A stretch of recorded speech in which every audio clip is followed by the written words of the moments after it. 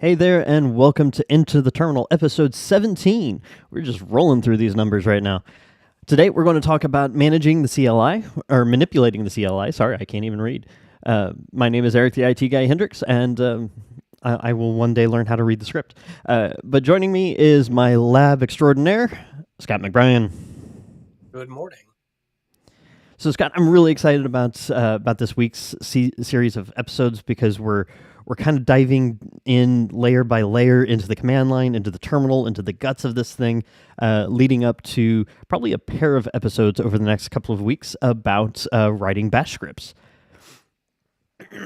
So I figured we'd start today with a quick review of a couple of the commands that we looked at yesterday. So kind of putting the pieces together. So if you missed episode 16, highly recommend you go back and take a look at that.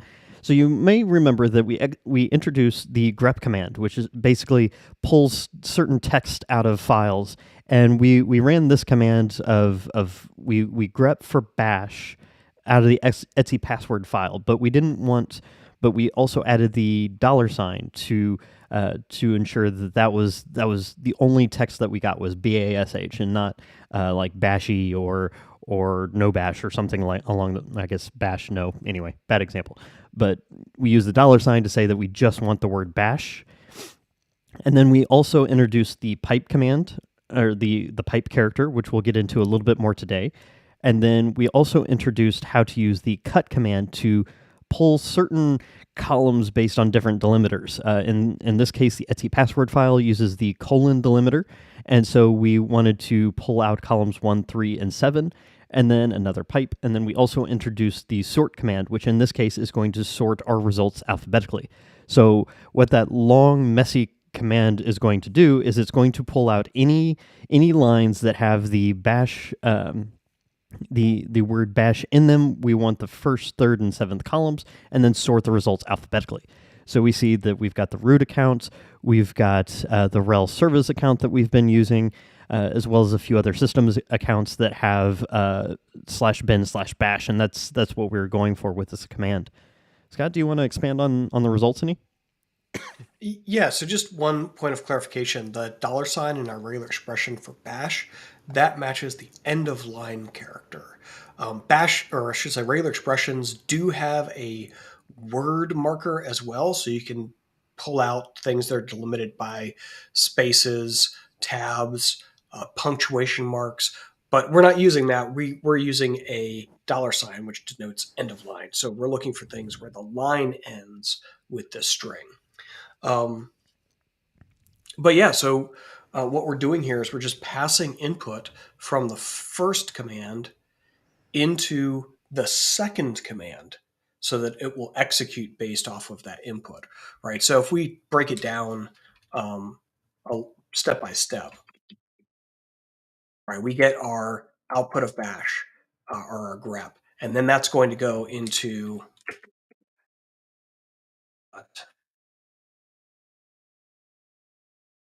and we get our unsorted list, right, where it's just based off of its content in the file. And then lastly, we send that cut output as input to the next command in our pipeline, which sorts it, right? So at each stage of our piped command, we're taking output from the previous command, then manipulating it in some way, and then passing it as output to be input to the next command on the pipeline.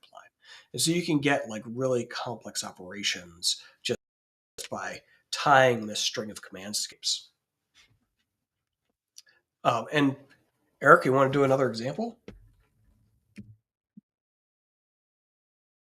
Actually, I probably don't have this one installed. 1 second. That's okay, because I was muted anyway. So there's It's on our RPM that provides us the next command that I want to use. I think that harkens back to a package management episode we did a while back. So there is a tool on our system called IOstat, and that has to do with actual disk performance.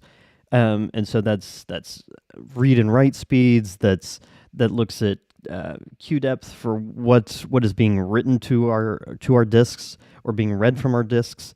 So this is good information to have if you're doing very heavy read and write operations across, say, a network file share, or if you're pulling in lots of information from different sources onto a server, and you want to see how your disks are performing. So the iostat command, Scott, we've got the -c option. You wanna talk about what -c means, and then we'll get into our pipe. Yeah, so sometimes we can use things like grep and tools like that to pull out stuff out of a command output. But a lot of times the commands themselves will have things to limit the output. So if we instead run iostat-c, right, we only get the CPU line and we lack the disk information. And then, but notice that we still have a header. And so what we might do if we're only interested in that CPU utilization is maybe we take that smaller set of output from the iostat-c and pipe it into something like tail, which will show you the bottom part of an output. And I'm telling it to show me from line 3 and below. So everything from line 3 is what I want printed out of my tail command, right? So I'm only able to isolate that segment. And in fact, we could do a little bit more because there's some white space there. Maybe we then pipe it to a head -n2 that says only give me the top 2 lines of the output, right? And then be able to like slice down what I'm looking at. So this is an example of like taking our text tools, again, sending output from one as input to the next to then further refine what I'm getting out at the end. So a lot of times you'll see the tail command used when looking at log files. So you only want to see the last so many lines, whether in this case it's 3 lines. That way you can see the most recent entries into the log file without having to command into a full text editor and scroll all the way down, because then the text editor isn't showing real-time changes, whereas if you run the tail command, you can go ahead and see those. And then the reverse of that, like Scott mentioned, was the head command, where we want to look at the top so many lines of a file. And so it's amazing that the pipe command can actually take seemingly opposing commands and put them together, because with this we could actually create a text file with historical information. You could use like the date command to establish when a command was run, and have that command run every 5 seconds, every minute or something, and really track the performance over time. And all you're doing is using iostat at the very base of that command. So, what if we're running a command and it gets an error? And a lot of times it'll give us what we call a return code. There's different return codes which mean different things. Like a return code of 0 means a success. Different return codes mean different things with different applications. But we can actually pull up the return code from a command using echo, for instance. So, Yeah, Scott, so do let's you, say do you that have an example of this? yeah, so let's say instead of this previous command that I ran, I went in. Right? So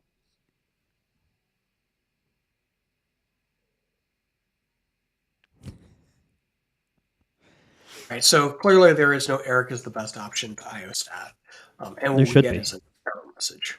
I know, but here we actually get a message that says iostat in the name, which is helpful. But depending on what your error might be, like where did it come from? Which of these commands that we piped together did it come from? But also, more importantly, if we do a echo $, we'll see the return code that was set when the command that failed failed. So when you are a programmer, or even working with things like shell scripting, if you encounter an error, you can terminate the program and send back a code to indicate what the problem was. Not everyone does this, but we can see that here when I look at the return code from the error message that I got, it is 2165. And somewhere in the source of iostat, we could probably figure out what error code 2165 applies to. But if I run it without a problem, and then I look at the same return code, Oh, that's interesting. Hmm. Not what I expected at all. Hmm. Hmm.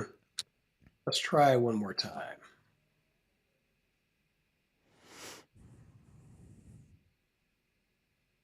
Okay, so that is coming out of IOStat. Interesting. How will we do this? Oh, there we go. So I made a mistake and I got an error message. I don't know. Hmm. Oh, sorry. I think I'm doing something dumb. Don't worry, folks. We are professionals. um, gosh, I am doing something dumb because I'm using the wrong variable. All right, so let me reestablish this. I don't want $. I want $? So $? is the return code variable. $$ gives me the process ID of my currently running shell, which is why I kept coming back with 2165. Fun times.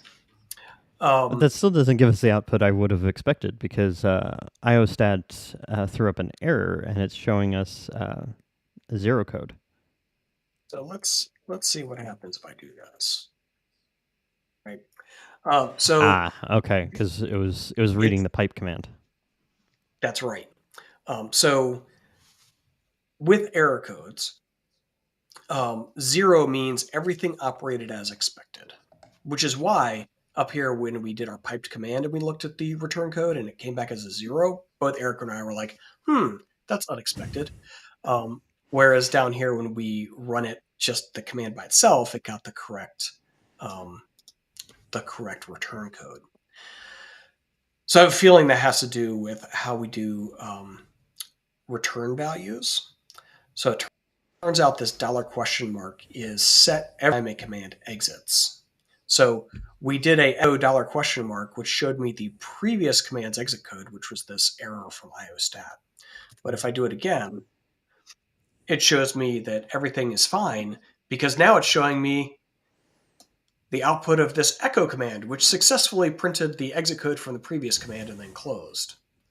So you can only look at the return code once, right? And after that, it gets reset to whatever the most recent command is.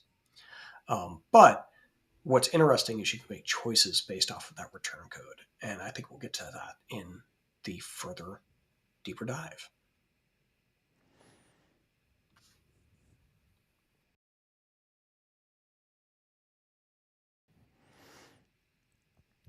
Okay, so we've looked at return codes. We've looked at the tail command, the pipe commands, cut, sort.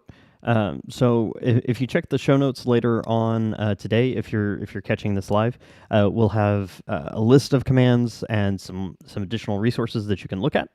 Because like yesterday, we're going to throw a lot more commands at you today.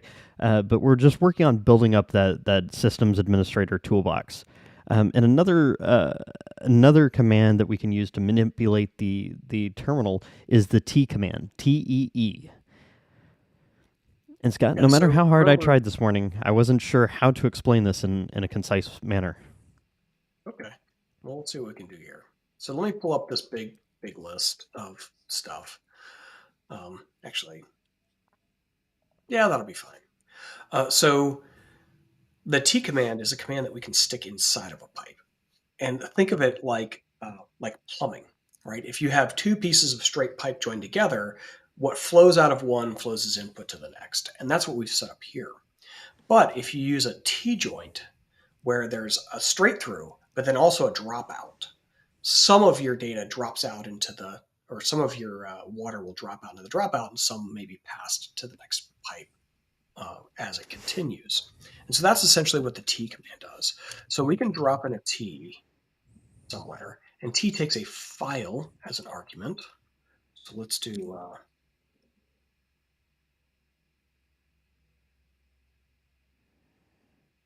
that. And what it's going to do is we're going to run iostat-c. We're going to pass that as input to tail-n plus 3. Then we're going to pass that as input to T, which is going to drop a copy of what it received into this file. And then it's going to pass what it received onto the next command in the pipeline. And what we end up getting out of this is ultimately the output from our pipeline, but we also get this file created for us. It was a snapshot of the output that it received over the T command line. And so let me do a something similar up here.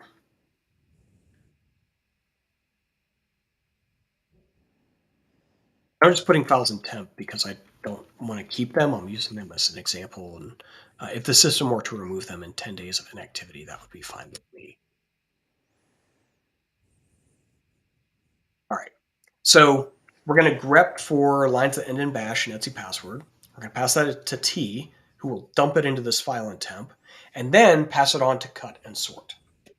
Right. So what we get out the other side is our fields 1, 3, and 5 sorted output of those users that have a bash shell. But we also get this file that was the unsorted, uncut output. And so this is really handy if you have written this big, long piped command and you're getting stuff you're not expecting at the end. You can drop a T kind of in place throughout the command to figure out where the output is getting manipulated in a way that you don't expect by the next command in the pipeline. So it's really handy for something like that. Earlier in, I think it was episode 1. I mean, remember way back to episode 1. Okay. Well, sorry, it's inspect. I mentioned about creating a randomized password for someone when we added their user account. And I said that we'd have to copy, like make a copy of that, right? So the expect programming language gave us this command called mkpassword, which makes randomized passwords. So if I did an mkpassword, type into password standard in on the RHEL user on this box. Great, it set the RHEL user's password to a randomized string. What is that randomized string? And how do I give it to the RHEL user so they can use it to log in? Right. So here is another place where we could use a T.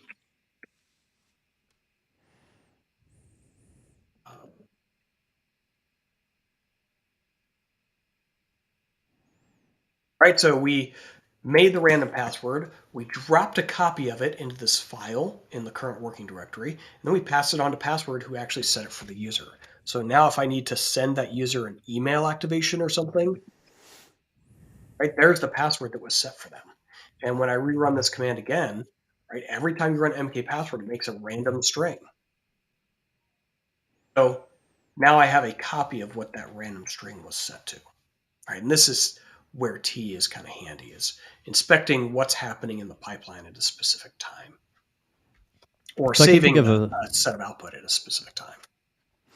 I can think of a couple of good use cases for T. Like you said, from a troubleshooting perspective, to be able to output information as we go, or in the past, I've had to pull logs or run user reports, things of that nature. And of course, each team wants their output formatted differently. So you could actually use the T command to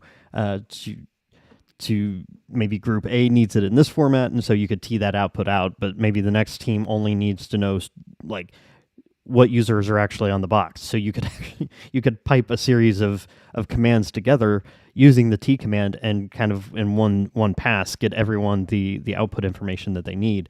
The other would be if you're running bash scripts that you want to track the output. So a lot of times I would write a series of commands into a bash script to clean out my DNF cache and rebuild that cache, and then do like a kernel update and then a security update and then an all update. But I'm not going to be there interactively to watch the commands run. So I still want that output. And T's one way, maybe not the best way, but T's one way to get that output available. But I did want to back up to that previous command where we introduced a new a new option, and that's the standard in. And it's almost as if we plan these things that we talked about T and then standard in. So what is standard in, and how can we use that? Yeah, so normally when we run the password command,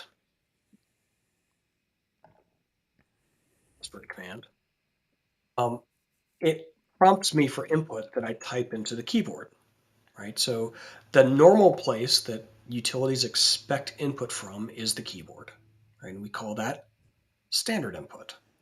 But you may want it to pull input from somewhere else.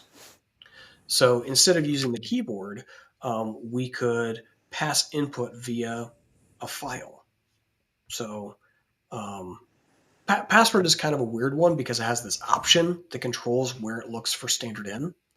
But a lot of times we'll have something like, yeah, you of course chose to start with the hardest one, Eric. Um, I did nothing of the sort. You're the one who typed the command. I just went off your lead.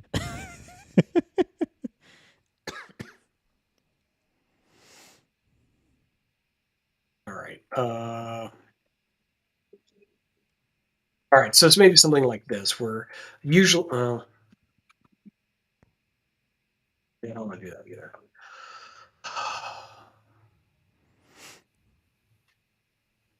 You're more than So welcome to back up and take this from a different angle. yes. So let's put a pause on standard in because I think that's the hardest one to understand, and instead talk about some of the other standard I/O channels, right? Which is what I was hoping we would start with first. So there are three standard I/O channels: standard input, which we briefly touched on, and we'll come back to; standard output, which is where output from commands is sent; and standard error, which is where error messages are sent. So if we do something like rep hash dollar, let's see, password, right, we have that message, that output, printed to the screen. But what if we didn't want it to go to the screen? We want to store it in a file.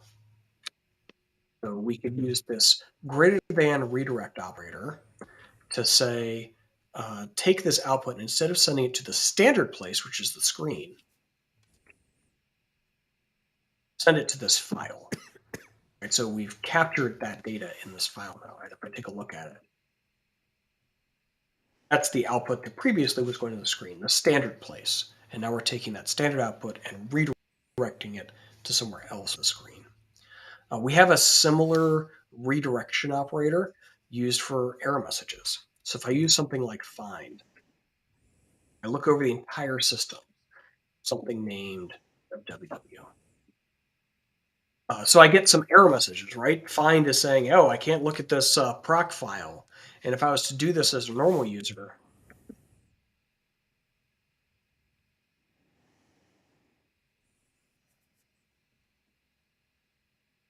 I get a lot more error messages because normal people aren't allowed to go all over the entire system like root would. But then I see this one actual output message. So if I wanted to suppress the error messages to keep them from going to the screen, I can use the operator to greater than,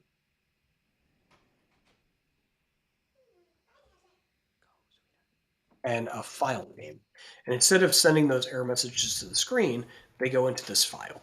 Right. So if I do a cat on find errors, that's all the error messages that were captured in this file. And for error messages you don't care about, like maybe these, because we expect them to come up because as a regular person, I can't find everything over the entire system. Maybe I redirect them to a special device character or device file called dev null, which will accept any input it receives, but actually not store it or reflect it, right? So there, I just kind of throw away all those messages to dev null. We could do both.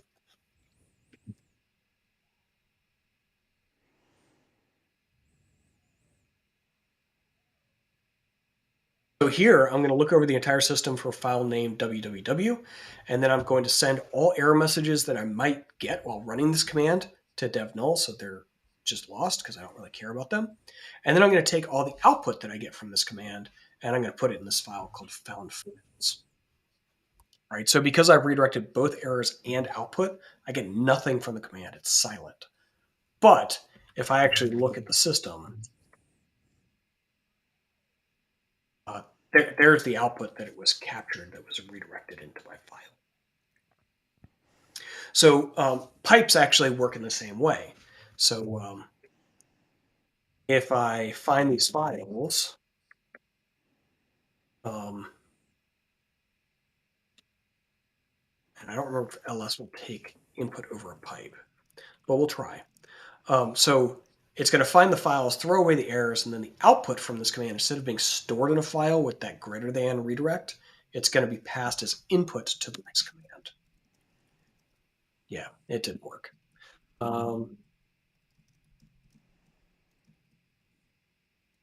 Nope, that's not going to work either.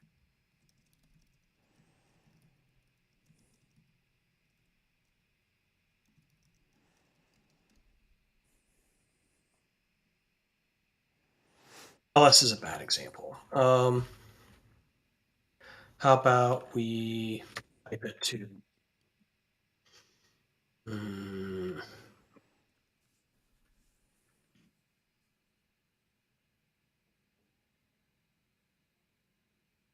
won't do that either, to var www.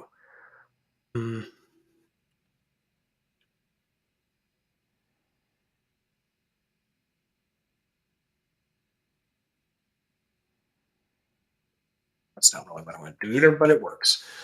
So it takes the output, then it passes it as input to the next command. So cat prints something that it gets, and so that's why I get stuff printed to the screen, which really isn't any different than find, but Could do I'm struggling like to find stuff. ls, like an ls-lz or something, if we wanted to. So ls doesn't take input over standard input. Oh, that's a good point. Right, and so that's why I was struggling with that one. So you see up here, it actually just ran ls and showed me the current working directory's contents. So anyway, redirecting output can be hard, or input into the next command can be hard, but that's what pipes exist to do. Take output from one command, pass it as input to the next command on the pipeline. And then some commands like ls aren't going to support that, or password, for example. Right, so if we just did this, that is root.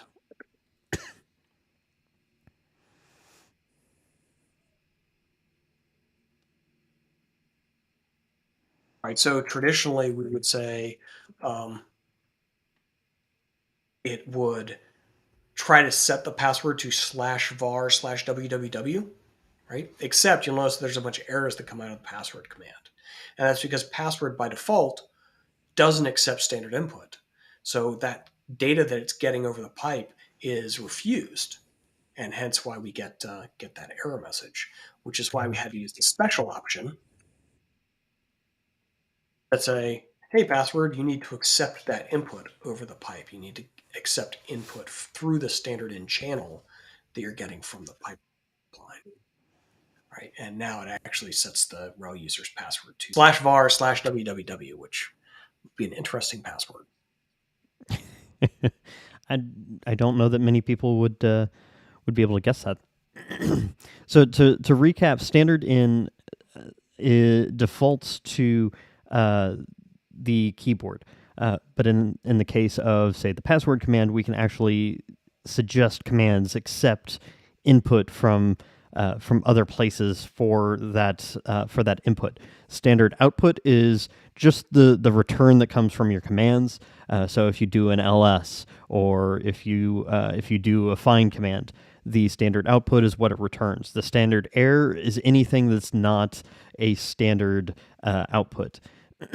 It's anything that's gone wrong anytime we have permissions, and we can take standard out and standard error, and we can take them and redirect them wherever we want. A lot of times that might be a log file or something that we might specify.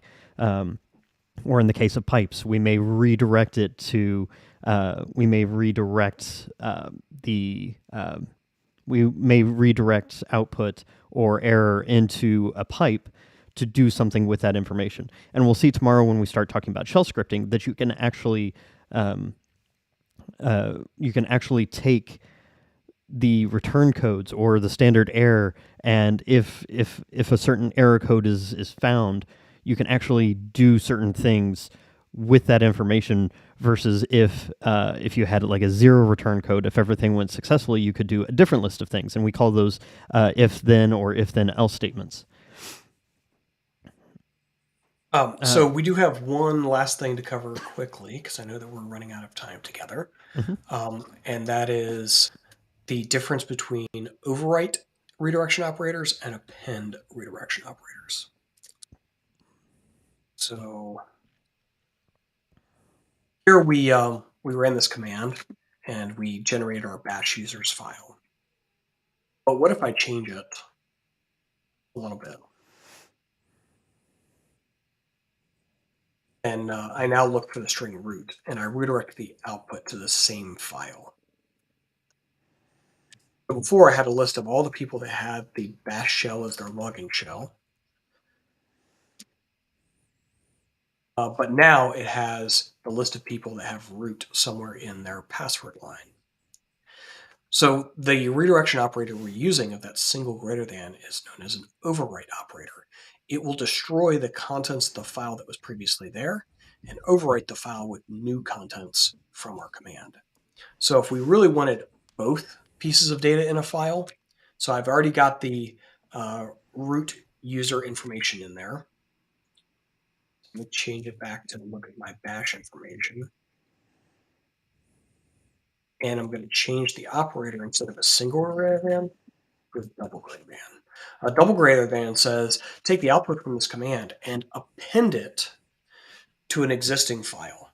And if the file doesn't exist, it will create it and put the output in there. But if it does exist, it'll leave the content of that file in place and then add the new output that we're redirecting to this file at the bottom.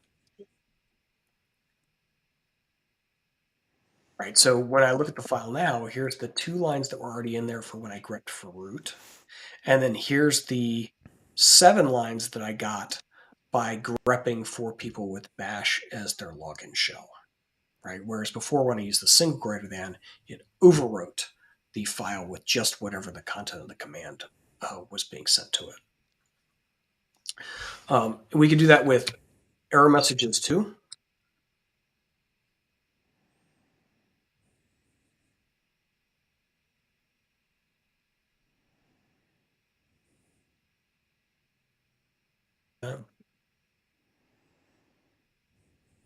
Oh, I did that as a regular user. Hold on. Well,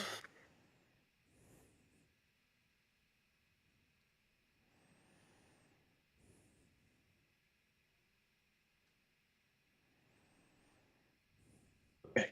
So before I did this command where I redirected the error output for finding this file to a file called find errors. And if we take a look at it, there's all the content. And if I do another command,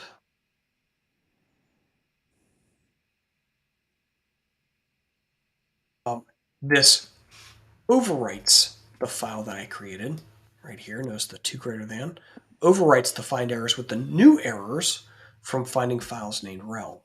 So if I wanted to keep both and append them together,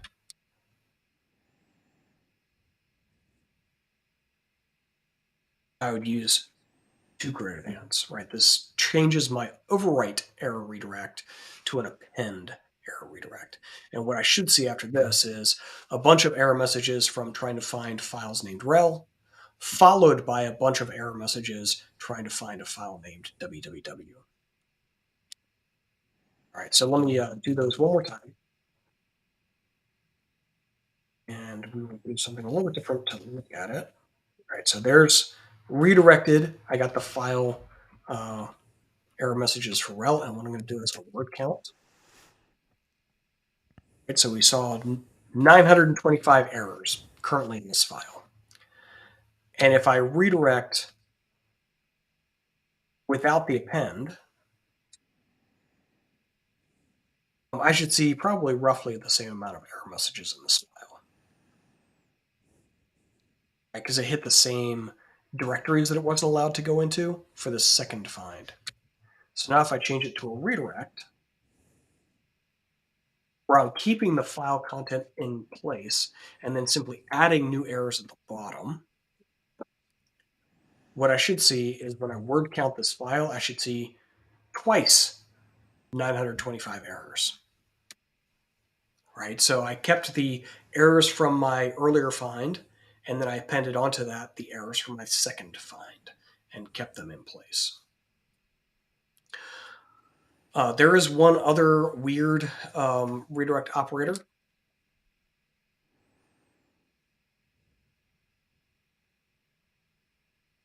And greater than. So before we were looking at redirecting output and redirecting errors, and you can sum the different places, but ampersand redirect or ampersand greater than says send both output and errors to this place. Right? And calling it find errors is probably not a great file name. But what I'm looking at, I see a bunch of error messages, and then eventually there's 925 messages in here. There we go. I start to see some of the output that was printed by the command. And because I redirected them both at the same time, I get to see them in context. So when I separate them, I see all the errors in one file, all the output in another file, or all the errors in one file and all the output to the screen. When I ampersand greater than, I redirect them both as they occur into this file. So when I'm looking through the file's data, I can see a mix of error and output files, just like I would if I ran it on the command line.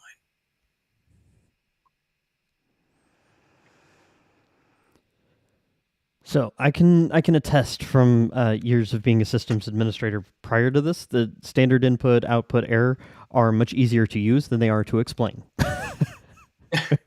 It's much easier in context. So if you're running a web server and you're getting permissions errors, it's much easier to use standard output and standard error in that context than it is trying to explain in kind of a vacuum. But I know we've thrown a lot at you in the last 2 days, but I think it's going to pay off tomorrow for episode 18 when we talk about shell scripting. We'll create a bash script, and then I think here in a week or so, we'll actually do a little bit more shell scripting as well, get into loops and nested loops, and see what kind of chaos we can rain on our system. That being said, we are coming to the end of March, which is the end of our launch month. But never fear, because we've gotten such amazing feedback from everyone. So thank you for those of you that have reached out or left comments. It seems like this content is helping all of us, myself included. I learn something every episode, and so we're going to starting next week. We're going to start releasing episodes once a week on Thursdays at the same time. So let's see, 10 a.m. Eastern. So be sure to join us. And Mr. Scott, you want to tell us about Dark Mode? Sure. So Dark Mode is a show that we run in the evenings that is a copy of the same content that we see here in the morning. So if you are a West Coast person, or you are someone in a later time zone, that might be more convenient than 10 a.m. Eastern. We run Dark Mode this week, Monday through Thursday. And then when we move to our weekly cadence, we'll be doing Dark Mode in the evenings on Thursday, just like we do for our daily show. So it'll just be in the evenings. You'll notice that the window behind me is dark, and hence why it's called Dark Mode. So both Into the Terminal and Into the Terminal Dark Mode will continue on a weekly cadence on Thursdays. Keep an eye on social media as we will continue to promote these episodes. And just the same, like, subscribe, and share. Continue to help us grow our audience, because this content has been helpful for all of us. And we're really excited to continue this on into the foreseeable future. With that being said, that brings us to our time today. Thank you all for joining us live. Thank you for joining us after the fact and leaving your questions and comments. They really help us shape the content. And with that being said, we'll go ahead and end today's episode. Join Scott tonight for dark mode, and join us tomorrow for shell scripting. Looking forward to that one. In the meantime, thank you all for joining us. Have a great day.